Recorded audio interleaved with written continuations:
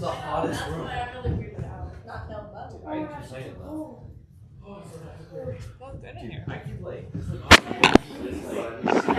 Yeah, that's what I said. It's the perfect.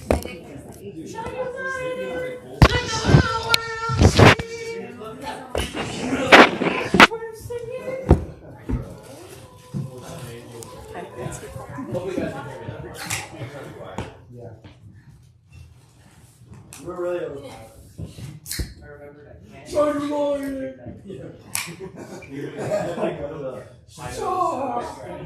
Charlie, you're lying.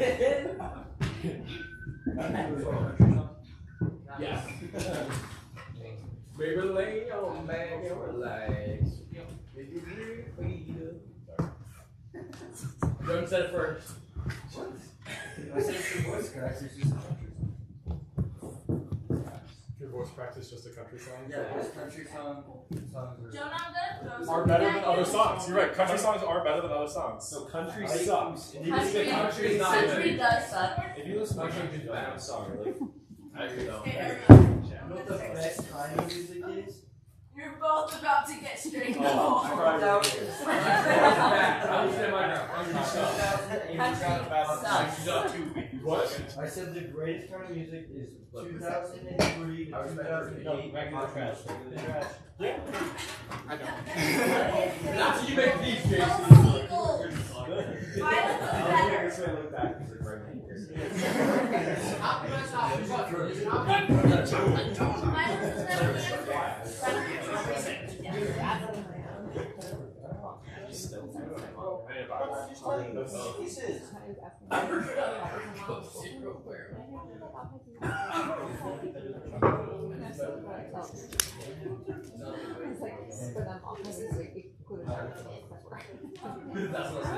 What's your favorite? Hold on. What's your favorite?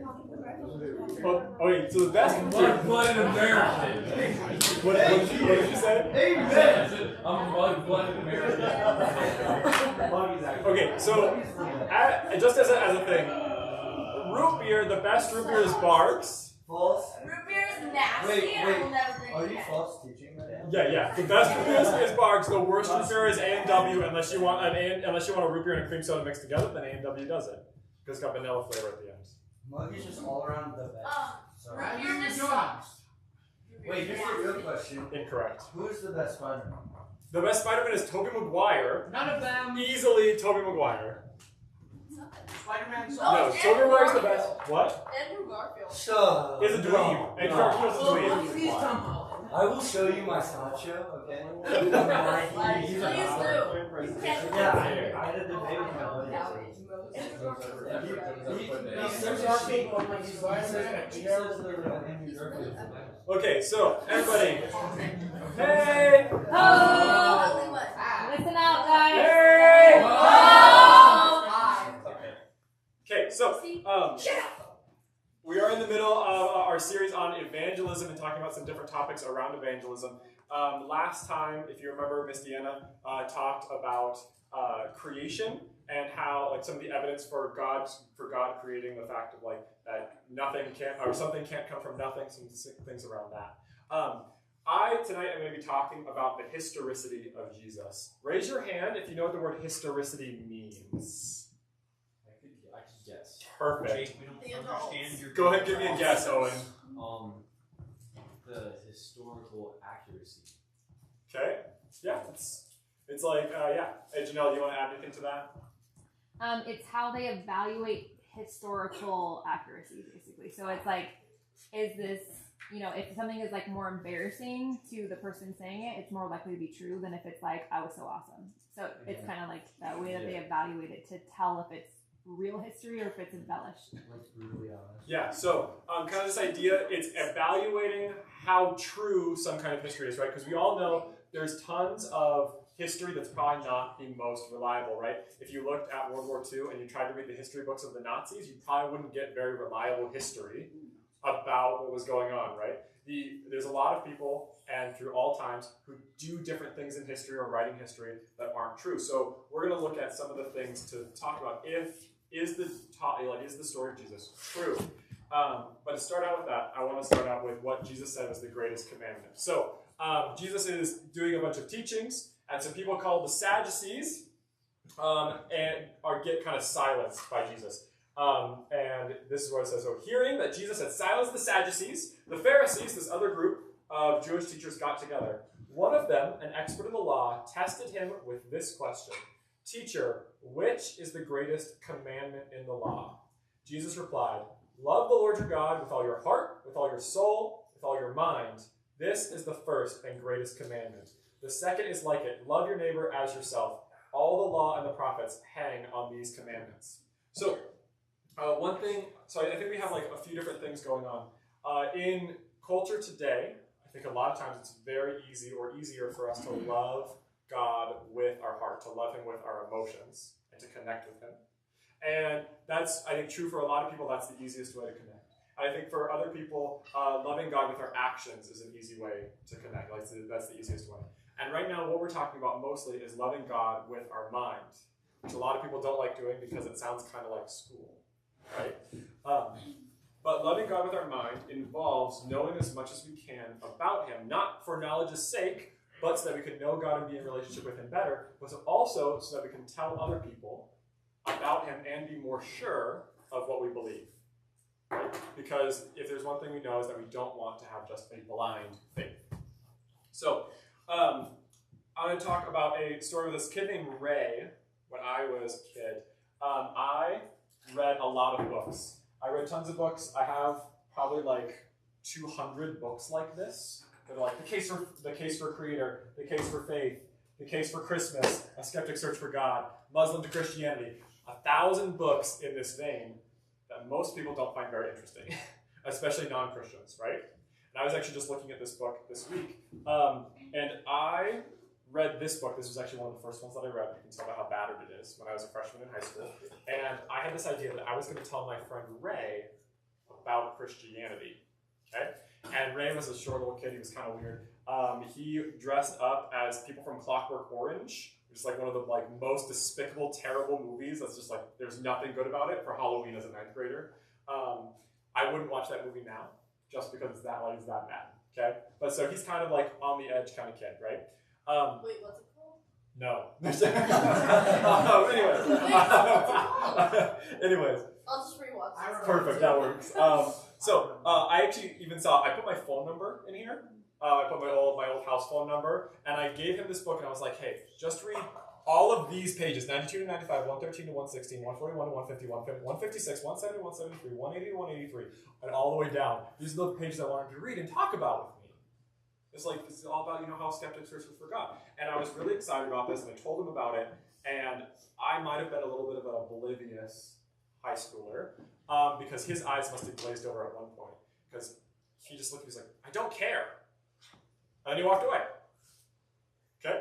And I think that's one thing that we experience a lot as Christians, right? If we just start talking to people and go, hey, this is why you should believe in Jesus, most of the time, people's answer is, I don't care. In fact, I don't know if you guys saw this yesterday. I was driving back from, we were chopping a tree up for Miss Toby Owens, and me and Dave Schull were driving by, and we saw this guy who was standing outside Safeway, like on the road, outside Safeway. He had a sign, and he was like yelling like a gospel message, kind of.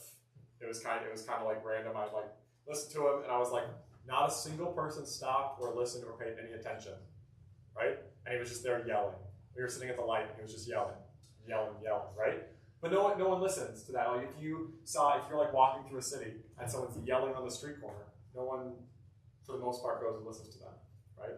Because us just telling about why people should believe in God, most people don't have the questions. They're not asking those questions, right? And so I think in a lot of ways we have to, at the same time, be living out our faith, being kind to others, and being ready with answers. Does that make sense? It's not that we're going to people and telling them answers for questions they don't have, but we have to be ready with answers. And so that comes into, when we were talking about creation last week, you don't need to go up to someone and go, let me tell you about how Jesus created the universe. Odds are 95% of people don't care, but 5% of people will care. And when they talk about it or ask you about it, then that answer will be helpful. Okay? So we'll come back to that idea, and I'm going to give you 5 points for the historicity of Jesus. Okay, 5 points for the historicity of Jesus, and then we're going to talk about how to use them in a way that will actually be listened to and not just ignored. So the first point is the empty tomb. Okay, so when the Christian, when when Jesus was raised from the dead, there was an empty tomb, and people found an empty tomb, and the rock was rolled away, and the Roman guards were gone, they had run, okay? And the tomb was empty.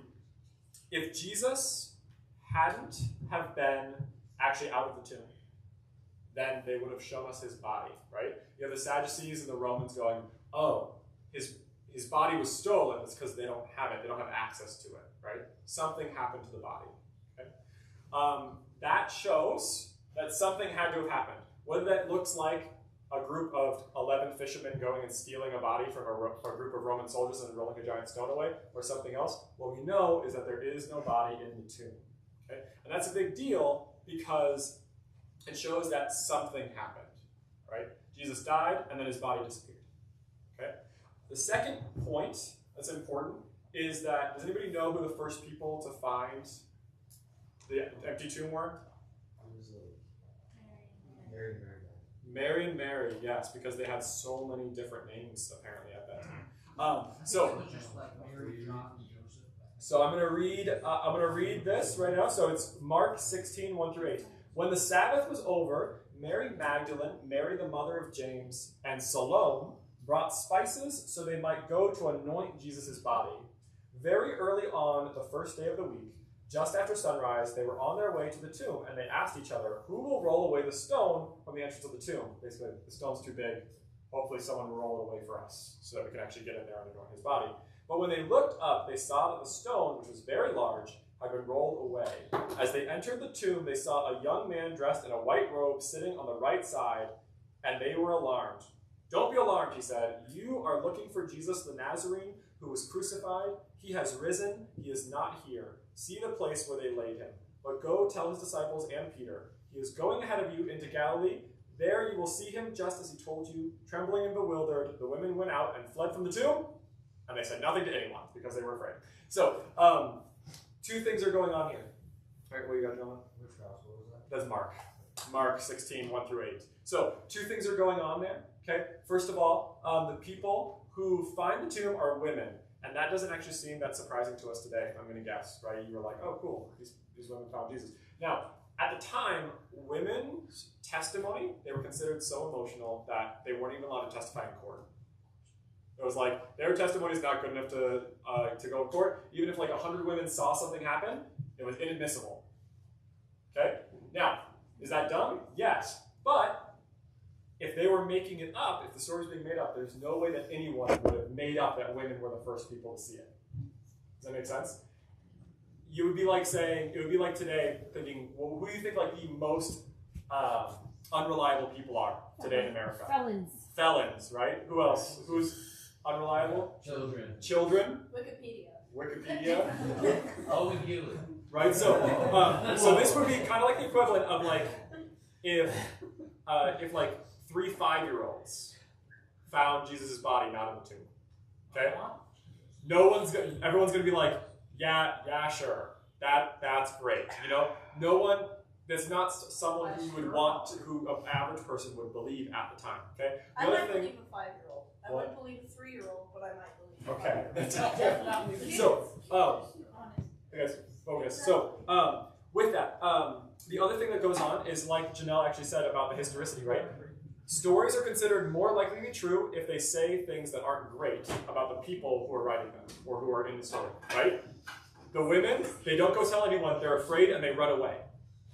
And that's actually pretty good, helpful evidence that we're telling the truth. Because if it was a lie, they would have said, and the women went and told the people. Actually, they would say, the men went and told everyone, right? But instead it says the women, who no one at the time trusted, didn't tell anyone. Okay? So, the third one is James and Paul. So, if you guys know James, James is the brother of Jesus, and he does not believe that Jesus is God for Jesus' entire lifetime. Imagine having that whole problem. Well, now imagine if, like, in 20 years, your older brother or sister was like, by the way, I'm God, is there any way that you would ever believe that? That's why I carry duct tape.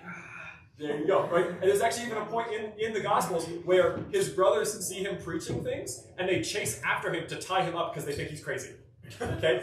So James does not believe that Jesus is God. Okay? What? That was the James that wrote. Yeah, the James that wrote James. Yep. Okay, the other person is Paul. Paul is a famous or a very popular, smart Jewish rabbi who's going after Christians and stoning them. Okay? The chances, or the only reason that really works for James and Paul becoming Christians is that they saw something that was real, right? You don't go from being the brother of Jesus, who doesn't believe him all the way until his death, to someone who is declaring that he's God after he's died, unless you see the risen Jesus. Does that make sense? And Paul, you don't go from being a really powerful person who's looking at, being one of the head people in all of rabbihood in Jerusalem and Israel, to joining a group that you have been murdering and that it is legal to stone. You don't go from being super popular and great and smart to being the lowest of the low based on a lie, right? Something must have happened to change his mind. Okay. The next one is point 4, the large group of eyewitnesses. This is in 1 Corinthians 15, 1 through 7. I just said this verse for a while. There you go. Perfect. So, 1 Corinthians 15, 1 through 7 says, "Now, brothers, I want to remind you of the gospel I preached to you, which you received and on which you have taken your stand. By this gospel you are saved, if you hold firmly to the word I preached to you, otherwise you have believed in vain. For what I received I passed on to you as of first importance, that Christ died for our sins according to the Scriptures, that he was buried and that he was raised on the third day according to the Scriptures, and that he has appeared to Peter and to the 12. Okay, so Jesus died for your sins. He rose again. He appeared to his disciples. And after that, he appeared to more than 500 of the brothers at the same time, most of whom are still living, though some have fallen asleep. Then he appeared to James, then to all of the apostles, and last of all, he appeared to me also as to one abnormally born." So basically, he's saying, not only did Jesus appear to the 12 disciples, and to his brother, and to his mom, he also appeared to 500 other people all at once. Okay? That's pretty good evidence. And not only does he say that, it's not that far away. He's saying, and you can go ask them. Most of them are still around. Right? And if you went and asked anybody in Jerusalem, they probably would have been able to tell you who had seen it, right? Jerusalem's not that huge at the time. Okay? So that's a big one, is there's a large group of people who saw Jesus, who are within the first generation. They're people who saw Jesus, live with Jesus. They're saying that Jesus was God. Okay? And lastly, the martyrdom of the eyewitness believers. Okay, this kind of goes back to the first point a little bit. So, the Sadducees, the Pharisees say someone stole Jesus' body, right? Because the body isn't there. Maybe 11 fishermen overpowered the Roman guards, rolled the stone away, took the body. Maybe, okay? But if they did, then they wouldn't all be stoned to death, right? How many of you guys would die for something that you know is a lie? What is that supposed to mean? Like if you told a lie, and then they were like, "Hey, we're gonna kill you if this is true. If you don't recant what you said." Would you stick with that lie till your grave? No, probably not. If you tell a lie, you're gonna give it up. If someone's like, "By the way, we're gonna crucify you if you don't." It's like when your parents, when you tell a lie, and they're like, "Okay, then give me your phone," or "You're Yeah. pregnant," then you're like, "Okay, fine." Yeah, That's fine. exactly. Yes. Yeah, then it's So- still doing it. So it's like this idea that if the disciples had stolen the body, they wouldn't have been willing to all of them die for their belief that Christ was raised from the dead. Right? So all of those 5 things are very important to the historicity of the gospel. And I want to throw this out here, is that you shouldn't walk up to someone and start reciting them. Like, do you think that would be very useful if you walked up to your friend and you were like, "So, did you know that the tomb was definitely empty because the Sadducees said that they couldn't find the body?" And your friend's response to that would be, I don't care. "I don't care." Right? Or if you walked up to someone and was like, "Did you know that James, the brother of Jesus, didn't believe that Jesus was God until Jesus rose from the dead and like revealed himself to him? Okay. And be like, I don't care, right? So this kind of comes down to, I think, the idea that we have to love God with all of our minds, yes, but also with all our soul and with all our hearts. We need to, in our daily lives, be active in living the kind of life that lets us speak into others' lives. So this idea is if we do the right thing, but don't have the knowledge to answer, we're gonna screw up, right? So, and how many of you guys know who Jordan Peterson is? Everybody know who Jordan Peterson is? He's a famous like psychologist. He's not a Christian, but he reads the Bible a ton. Okay. And the reason he was raised a Christian. The reason he chose not to be a Christian because when he was a kid and he was at like the class in his church when he was like 12 years old, and he started asking questions, and the pastor of the church just said, "I don't know. You just have to believe." I don't know. You just have to believe. I don't actually know what he was. He said, "I don't know. You just have to believe." Right? And so that pastor could have been doing all of the right things, but because he didn't have the knowledge to answer the questions behind what he was doing, people like Jordan Peterson were like, well, this guy's really nice, and Jordan Peterson loves Christianity. He thinks that Christians are great. He even says, I live like Christianity is true, I just don't believe it. Because I think it's so great. But he thinks that people who follow Christianity don't have anything behind their beliefs. Because when he was first taught as a kid, the guy didn't. So he doesn't believe, but he's like intrigued by it. Yes. So, and then the other side of that is, if you have all the knowledge in the world, and you go up to people, and you tell them, and you have all the answers for all the things, but you're a total jerk, then you're also not going to get a lot of traction with people, right? Imagine if you're a total jerk, you're making fun of people all the time, you're being a jerk, and then you're like, hey, let me tell you about Jesus. And the response there you're going to have is, well, if Jesus is the God you worship, well, you're a jerk. So I'm not interested in following the same God that you do, right? So it's kind of a two-part thing. You have to have the knowledge, yes, and you also have to have the action. Yes.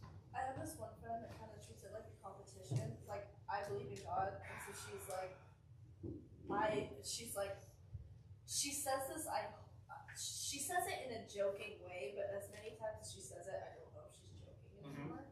She's like, yeah, well, I follow the devil. And I'm like, I'm scared. oh, okay. Yeah. And like then it's like a competition. Well, like she tries to make it a competition. She's like trying to compete with me, like oh, mine's better. And I'm like, okay. Yeah. So okay. That actually kind of goes to one thing I think that we run into a lot is we try to tell people who aren't interested, and Jesus talks about that in the Sermon on the Mount. Talks about that in the Sermon on the Mount, and it's kind of just like he says a lot of different things. This is pretty just out in the blue. He says, "Do not give dogs what is sacred. Do not throw your pearls to pigs. If you do, they may trample them under their feet and turn and tear you to pieces." And that verse is really weird. Does anybody know what that verse means? What does it mean, Jonah? Read it again so that I can say it with It says, "Do not give dogs what is sacred. Do not throw pearls to pigs. If you do, they may trample them under their feet and then turn and tear you to pieces." So don't do it. Don't preach to people who won't listen. Okay. It will turn upside down. Yeah. So it's saying, hey, if someone is rejecting Christ and has rejected you and what you believe, you don't have to tell them over and over again.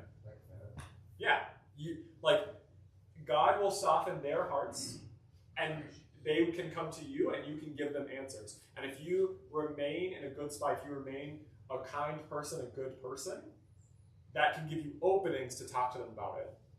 But wait for those openings. You don't just have to throw stuff to them. You don't have to say it all the time. Number one, that makes you kind of annoying, right? If you're trying to pressure people into it all the time. Okay, so here's my suggestion, okay?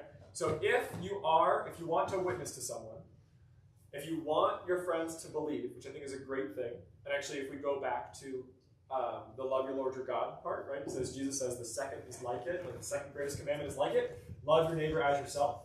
I think part of loving your neighbor as yourself is being willing to put yourself out there and to present the gospel to people and present truth to them, right? Because their life will be better with Christ than without it, right? So if you love your neighbor as yourself, the best way to go about it is to lead with your personal story, right?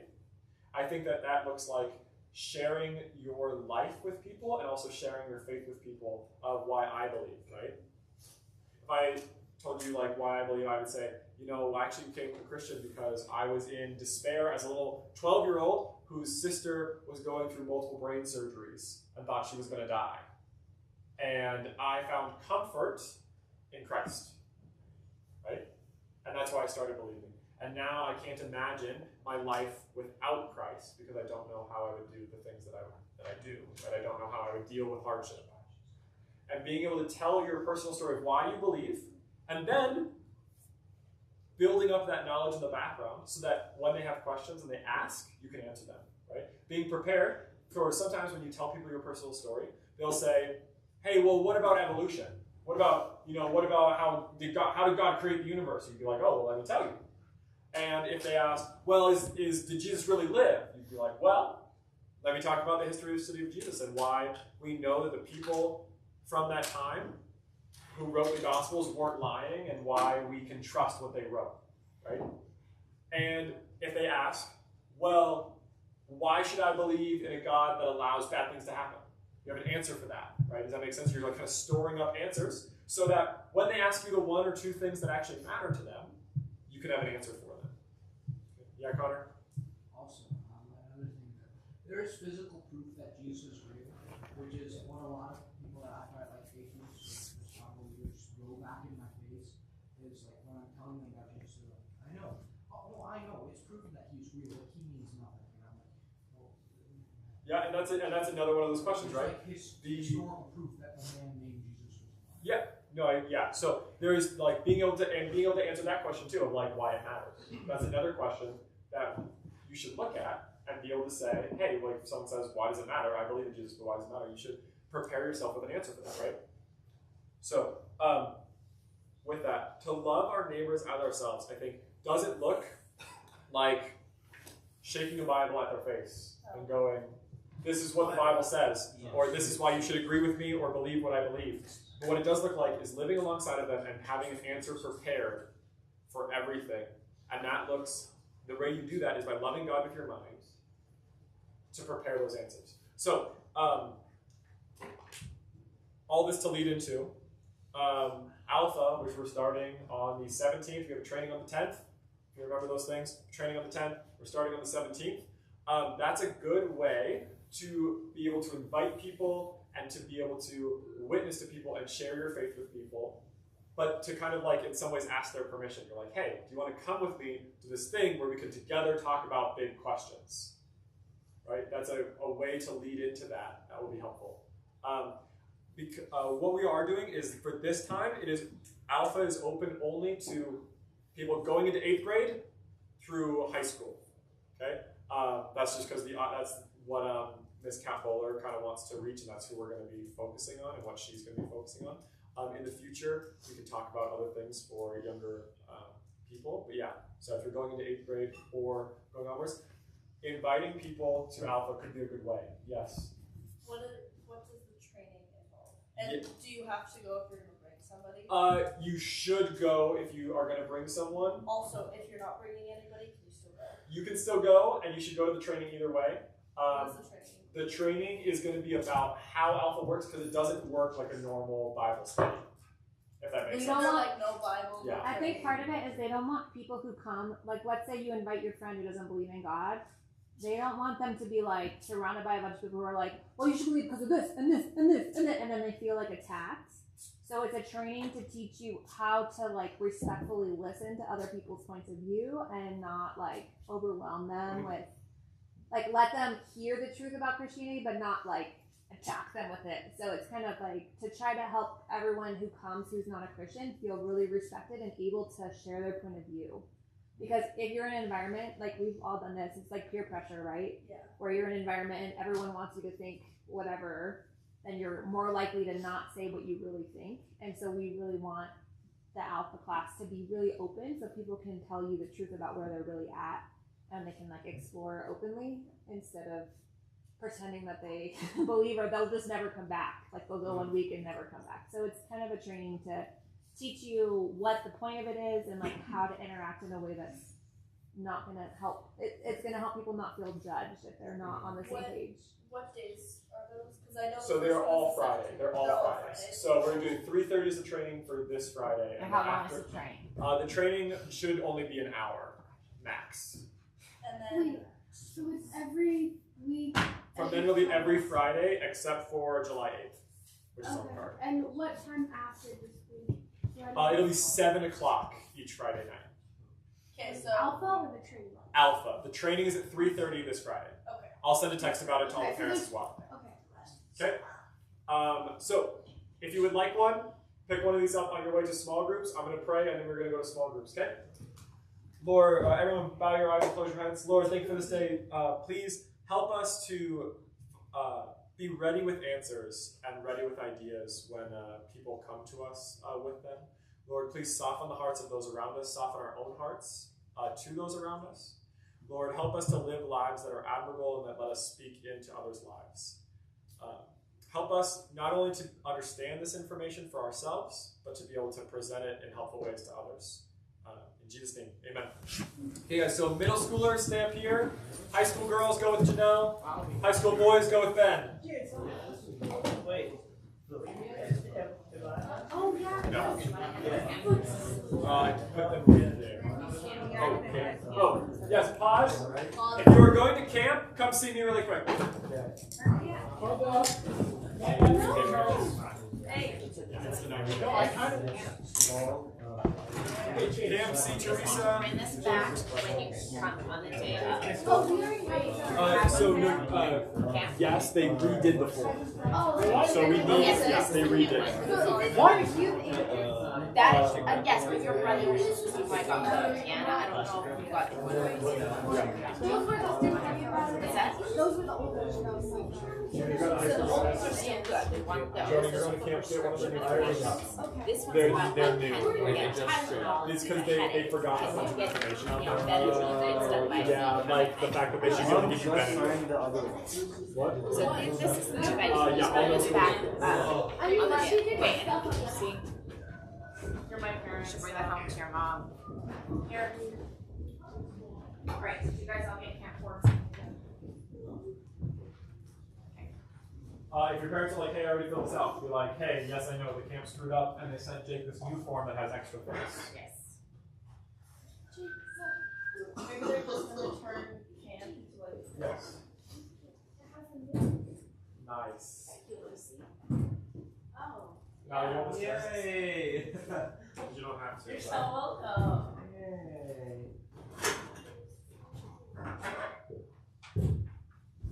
I think so? Yes. Hey guys, does everybody know everybody? No. I do. Okay, Do you know everyone? so we go. This is I'm Chase. all knowing. If Chase was an animal, he'd be a lion. This is Reed. If Reed was an animal, he would be a manatee. This is Emma. If Emma was an animal, she would be a golden retriever. Sorry, labradoodle. If Kaylee was an animal, she would be a spider monkey. If this is Ariana, if Ariana was an animal, she would be an emperor penguin. This is Mallory. If Mallory was an animal, she would be an axolotl, which are all cute little pink salamander from Mexico City. This is Lucy. If Lucy was an animal, she would be a black bear. My name's Jake. If I was an animal, I would be a goat. And this is Teresa. If she was an animal, she would be a man of war jellyfish. Oh, what? Man of war jellyfish. They're really long. They have like tentacles that are like 100 feet long. Anyways. Actually, I was just making up animals for everybody, and they might have almost zero to do with who you are. Emperor penguin is basically is tall. All right. So Jake says I get to do the questions because he just likes to talk for 30 minutes. All right. So everyone gets to answer this one. It's like, oh, it's so hard. Okay. So which of the four that Jake talked about? Heart, soul, mind, and strength. So these are the different ways to love God, right? Which one of those do you find easiest to love God?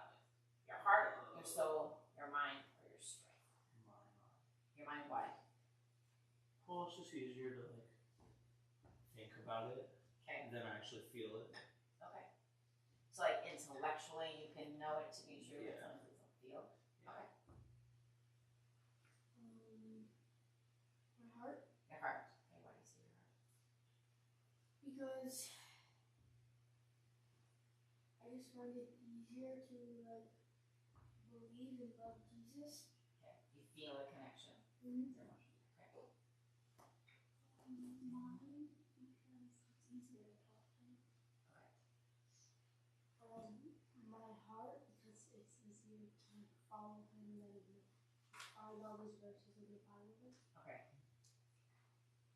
Strength, because for me, I feel like he only cares about the actions you do. It's not true, but So that's what you. Mhm. Okay. my mind, because it's easier to think and know. Okay. I'd say my heart and what Kaylee said, because it's easier to like believe than find like a bunch of verses and stuff. I feel like it's. I think it's strength for me. I think it's harder for me to love God with my mind than just to learn things. That makes sense. But like doing things is like something that I can like grasp onto. I have to agree with Jake. Maybe it's an old person thing. Now Jake's dead, but I like old people. You're 27. I also do strength. That is true. Old. So You're now you're an old old soul. person, It's perfect. because you're an old soul. That's If you get all. along with adults better It's than not children. 27 years old, it's 27 years young. Okay. Let's say that about 47. Alright. Okay, so now one more question that everyone has to answer. Which is the hardest for you and why? Should I say that again? Which is the hardest one? So you shared which one's the easiest. What's the hardest? Heart, soul, mind, or strength? Strength. Okay. So it's hard for me to do things. Okay. Actually, like call and do them. Okay. And I'll go with strength too, because it's harder to do stuff and do it for others. Emma? Cool. What was the question? What is the hardest one of those? So we kind of talked about the easiest one. What's the hardest for you?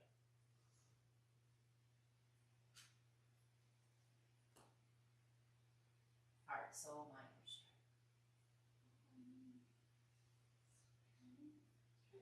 Why do you think strength? Okay. It doesn't feel as tangible to you or as real or like is it I think that the mind one is harder because I can't memorize all the words. okay. I think it's mine for me too, just because, like, if people were to ask me a question, I wouldn't know like, the first thing to say besides, like, I grew up reading kind of thing. So it's also hard for me personally, not just telling others, but I just don't do many things in my mind, so I don't have that like practice of daily things, let alone trying to memorize things. Like I do wanna, but there's only like 3 verses I know by heart. Versus the entire Bible. Pretty much. I've only done half of it. 3 verses. Strength, because it's hard to do things instead of It sounds like I'm copying Kaylee, but mine, because you're just connected. Because, like Ariana said, if somebody asked me a question, it'd be hard for me to answer it. So I haven't like studied the Bible a whole lot, and it's hard to. So I think mine is heart. I think I can do things and I can be like mentally engaged but it's hard for me to be emotionally engaged. Yeah, I think it's probably because I internalize all of our emotions.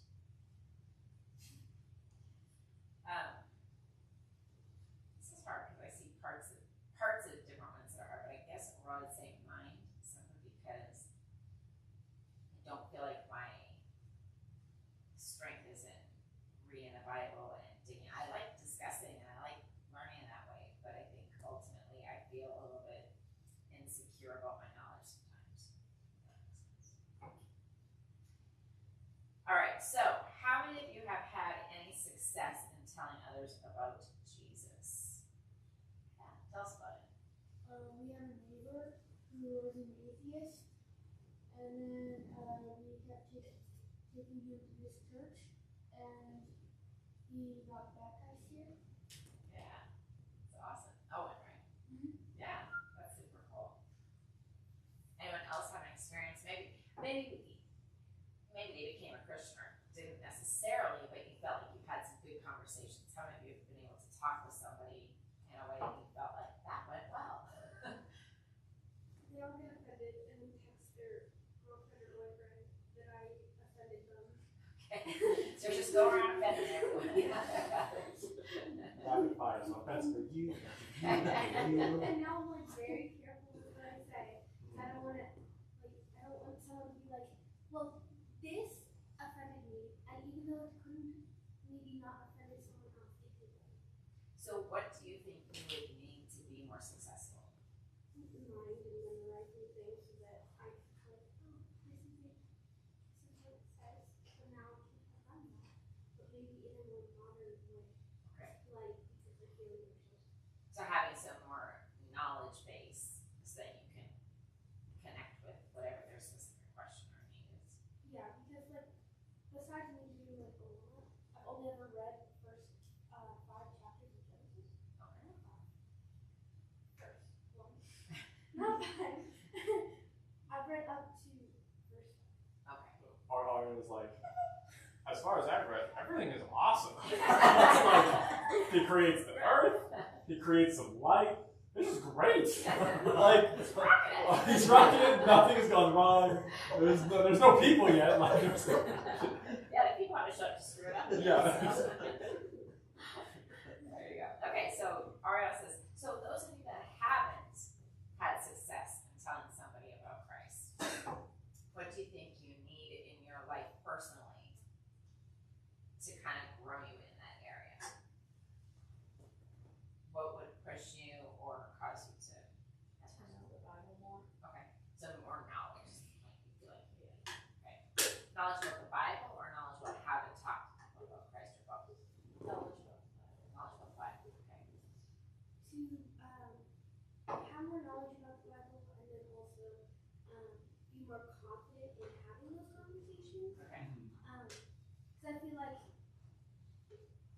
people are more able to listen to you when they feel like you know what you're talking about and they.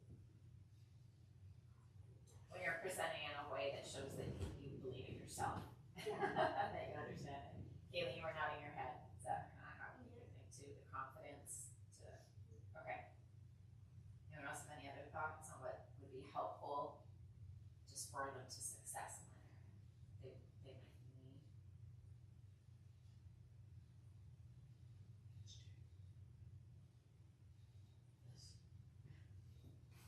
Okay, so do you think people would be more convinced, I can never say the word properly, by the historicity, did I say it right? yeah. Of Jesus, or every time I say it, I feel like I'm butchering it, or the creation arguments that were talked about last week, and why? So do you think the historicity that Jake talked about, or the creation information that Deanna shared last week, would be more convincing to somebody? The historicity. Nice. Said it correctly. Okay, why do you say the historicity? Now I'm wrong. Because I think a lot of people believe in evolution and like the Big Bang. So, and they probably like researched it a bunch. But with the Tune and James not believing in it, they probably have no clue about that, or at least little knowledge. Okay. So I think they believe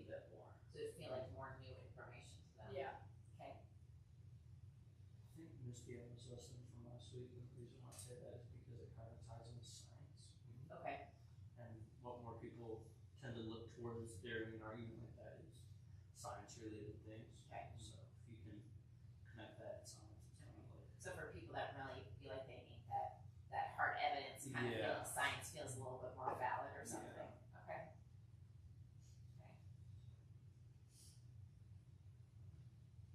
What else do you guys think? What would be more convincing? Today's info or last week's info? I would say You weren't or there. a week old. Well, then you're off the hook. This isn't answering the question, but Mallory, you have like really cool hair today. Not random at all. Well, I've been like looking at it and I'm like, that looks really cool. Alright, so who was here last week? It was just Chase around and it was like, Alright, so Ariana, I'm gonna pick on you. What do you think? This week or last week?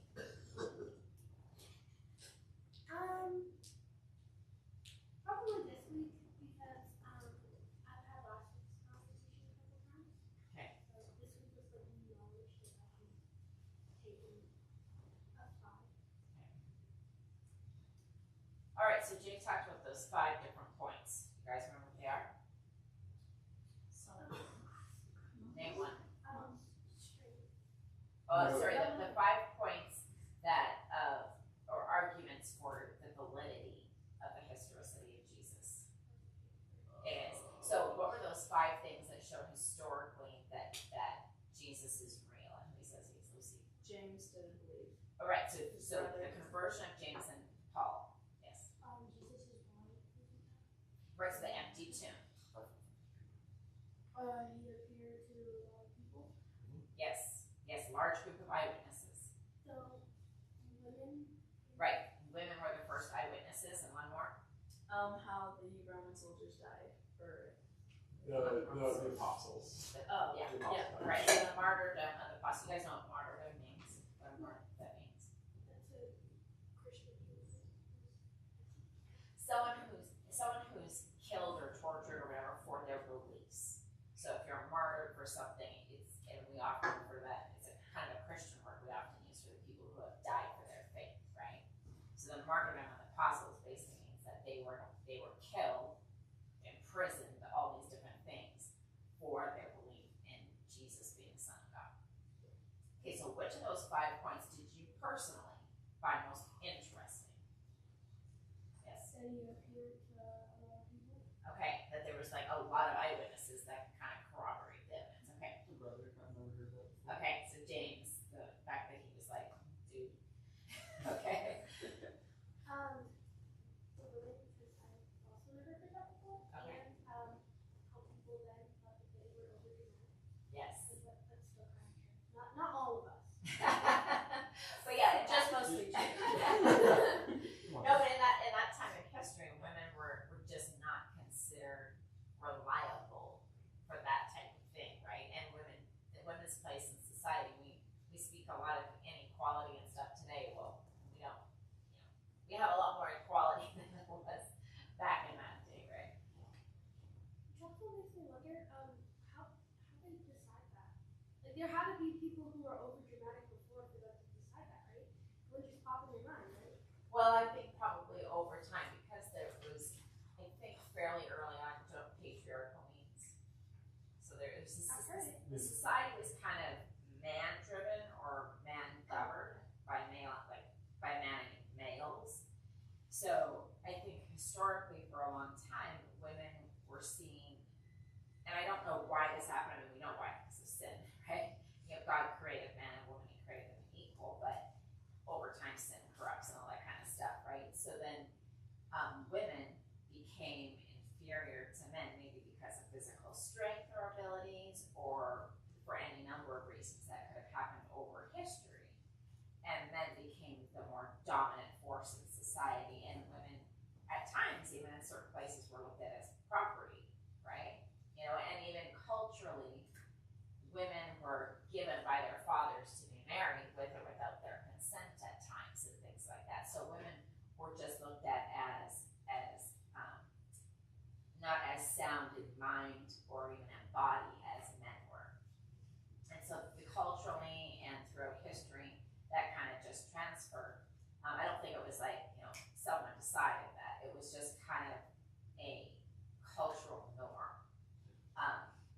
And so when, women being the first eyewitnesses, and the women would have known that their testimony or their statements would probably not have been well received either, or been disregarded potentially as well. So it's kind of so. There's a guy named Rodney Stark who wrote a book while he was still he was an atheist, and he wrote a book. It's like discussion article about why Christianity grew so fast. And one of his things, like chapter 5, he's like, it's because Christianity was the only place that women could be equal to men in the entire world. And so 90% of early Christians were women. yeah, that's true. And which was kind of cool, I think. Like his idea. And then he ended up actually, after writing this book, like 3 years later, that information he wrote in the book convinced him that Christianity was true. Partly because he was like, there's no way that anyone would write a religion that was reaching out to women when they were so looked down upon. So it was like, so this must be true if they had that belief. It was kind of.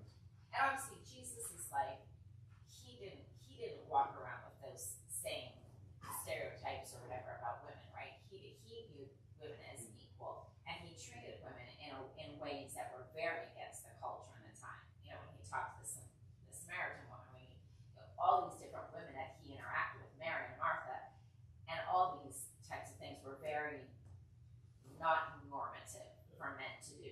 Most men would not have talked or spoken with many of the women that Jesus did. Yeah, in fact, no other rabbi would have taught any women, but Jesus taught like Mary Magdalene and Mary and Martha. And he had women that were learning from him, the same as his apostles.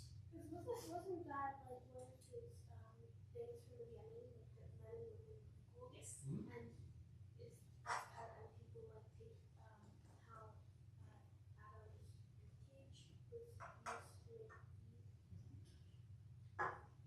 Yeah. A bone from his. Yeah.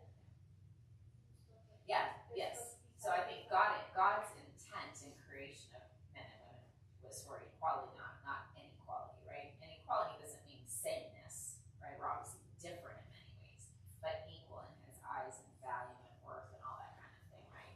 So as Jake was saying, when Christianity started and women were being taught that they were equal to men and that they were as valuable and all these sorts of things, that was a radical idea.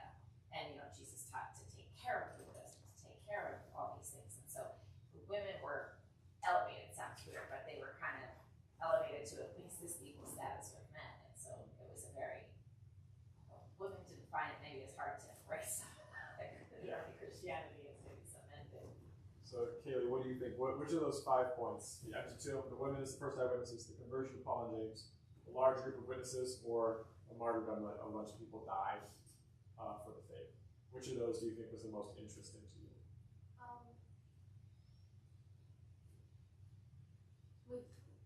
Was where the bodies and time? Yeah. Yeah, either that one or the women one. Mhm. Because usually you would find the bodies, and then Someone their would have it. mummies. Yeah, At and some point. and their mummies in the museum, so they were found. Mhm. So he would Like- probably be found somewhere. Eventually, sometime, yeah. Were you gonna? It was funny because I went over this way to look at Emma, and it was like saw that I was looking at her, and she was like, okay,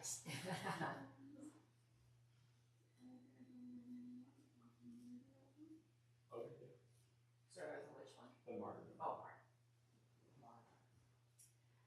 All right, so That's we're why we gonna. play the game Martyr.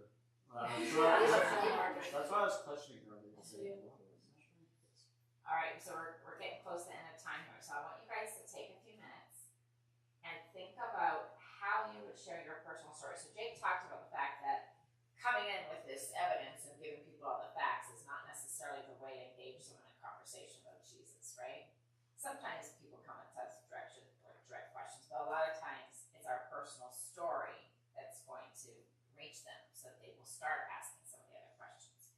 So I want you to take a few minutes, think about how you would share your own personal story of your relationship with Christ.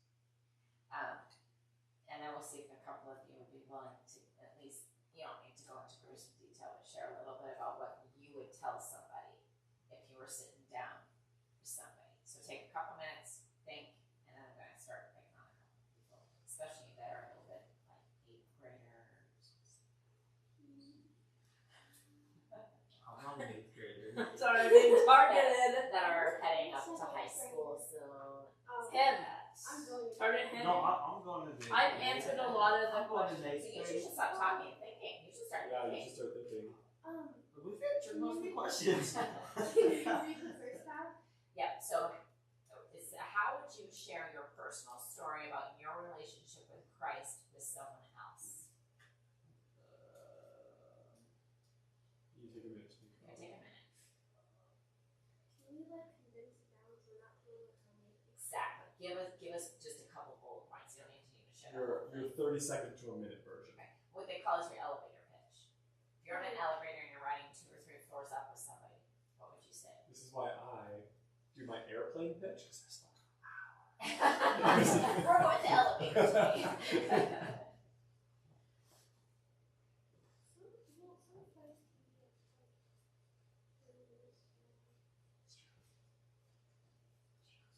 That's why I go for the ones like to Europe. It's like, The 12-hour you got 18 hours, let's go. When I'm 25, I'm moving to the UK.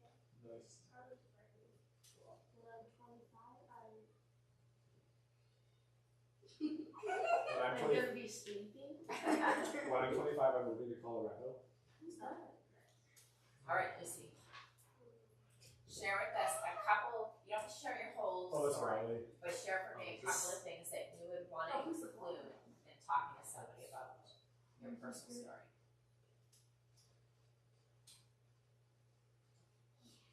I don't have an amazing story. Like, I please, since forever, 'cause, like, you guys are, you and Dad are Christians. I'm gonna go check in and make sure there are no parents waiting.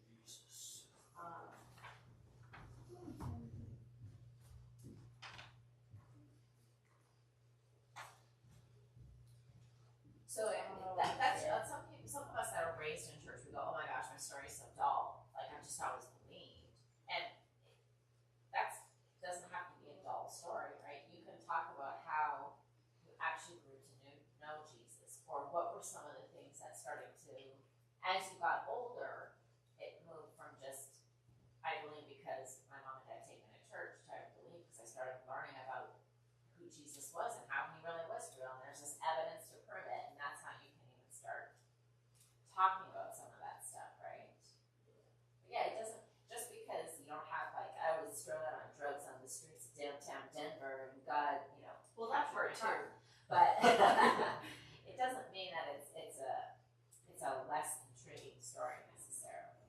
Right, what do you think, Chase? Okay, well, let's say when I first started to actually believe in God was last year's camp. Okay. I just kind of came here for fun. Uh-huh. Just get to know more people. Let's say look out. Recently too, with the decisions I've made, not the best. But yeah, it's kind of Where you are.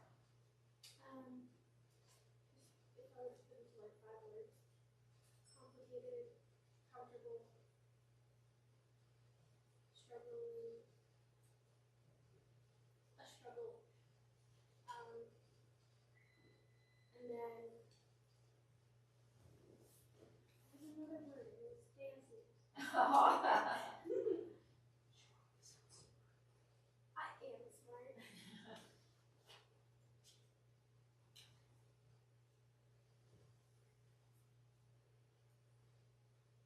A whole body experience. Holistic experience. That's the word. Awesome. That's the Yes. word. Ma, you're the hero. But I am smart because I can defy physics. That's what you mean. Oh yeah, where he like swings forward and somehow it comes backwards. Yeah, with the ping pong ball, she did this. And it went backwards. Yeah. That's talent.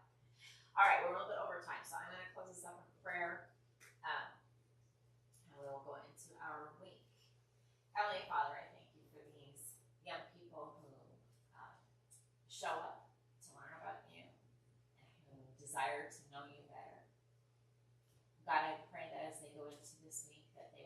boldness and a confidence that they would have the courage to speak the truth when it's needed to be spoken. And God, I pray that for those areas where we feel weak and we feel unsure of, that you would help push us to a new level there. So if we feel weak in the mind when it comes to you, give us wisdom and give us the ability to learn more. And whatever areas we are weak in, God, we know that you can give us strength. And I praise you and I thank you for the work that you're doing in these lives. God, for prayer needs.